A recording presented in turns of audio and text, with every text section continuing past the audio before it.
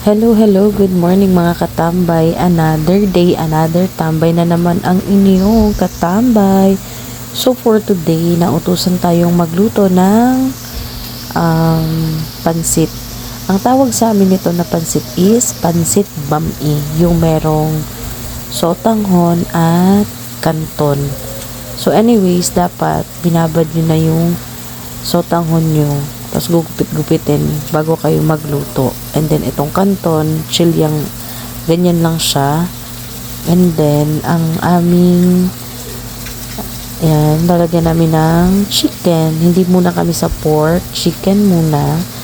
And then kinuhaan ko yan ng chicken skin para yun yung magmantika. Then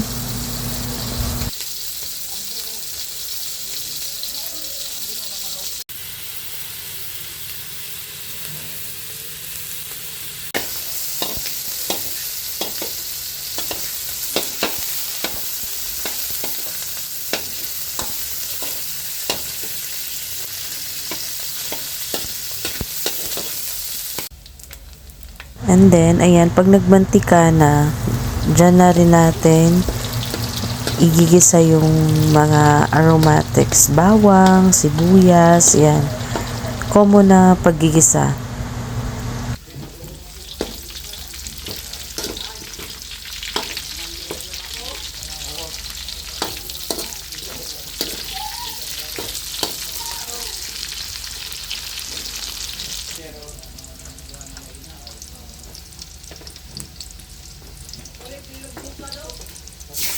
Pag okay na yung aromatics natin, diretso na tayo sa paggigisa ng sahog.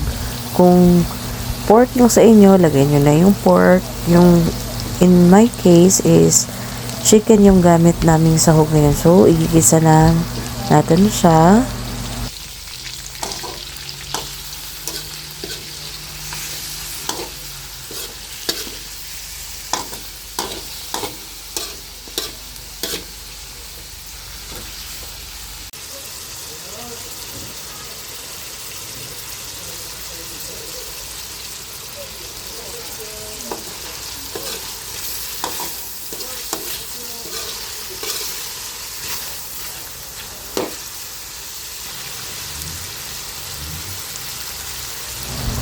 Ayan.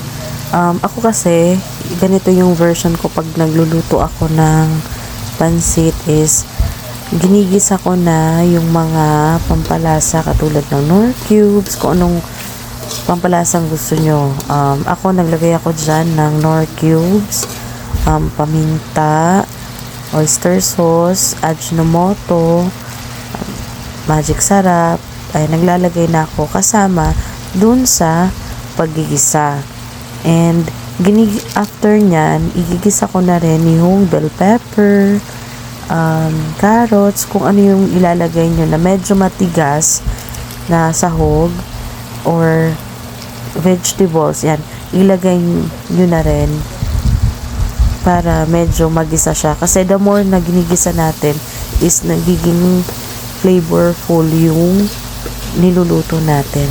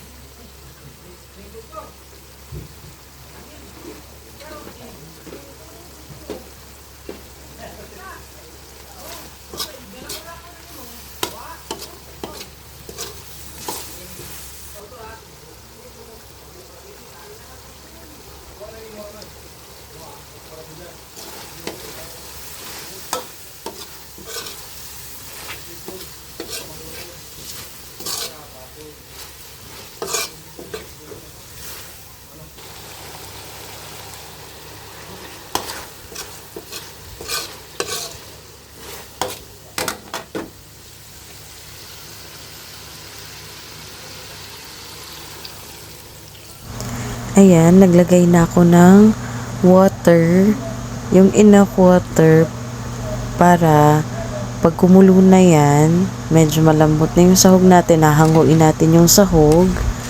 Or pwede rin, kung may iba pa kayong gulay na ilalagay, ilagay nyo na. Ayan, pag kumulo, ayan, naglagay ako dyan ng pechay bagyo.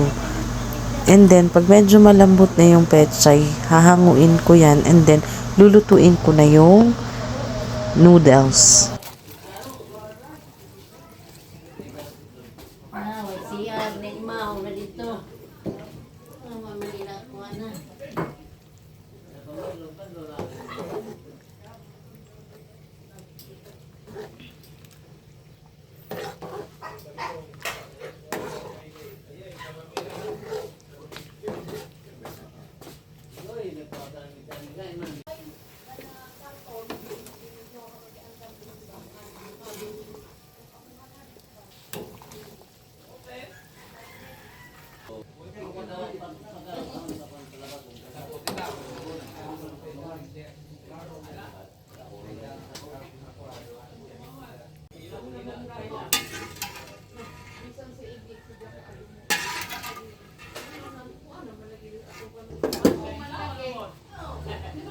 So, ayan, after ko mahango yung ginisa ko at pinalambot, ilalagay ko na yung sotanghon.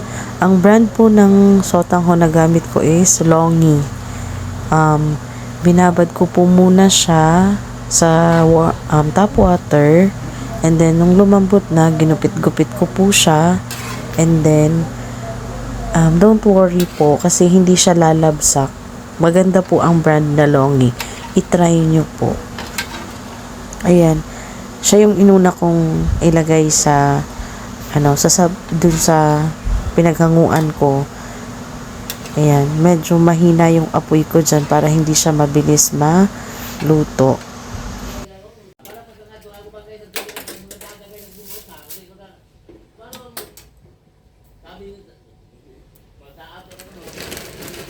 And then, pag nalagay na lahat natin yung longi na sotanghon, lagay naman natin yung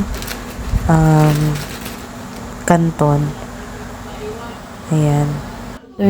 After nun, halu-hiluin lang. Hindi ko na kasi na-video. Tapos, yun na yung finished product hanggang lumambot yung kanton at longi. That's it. Thank you.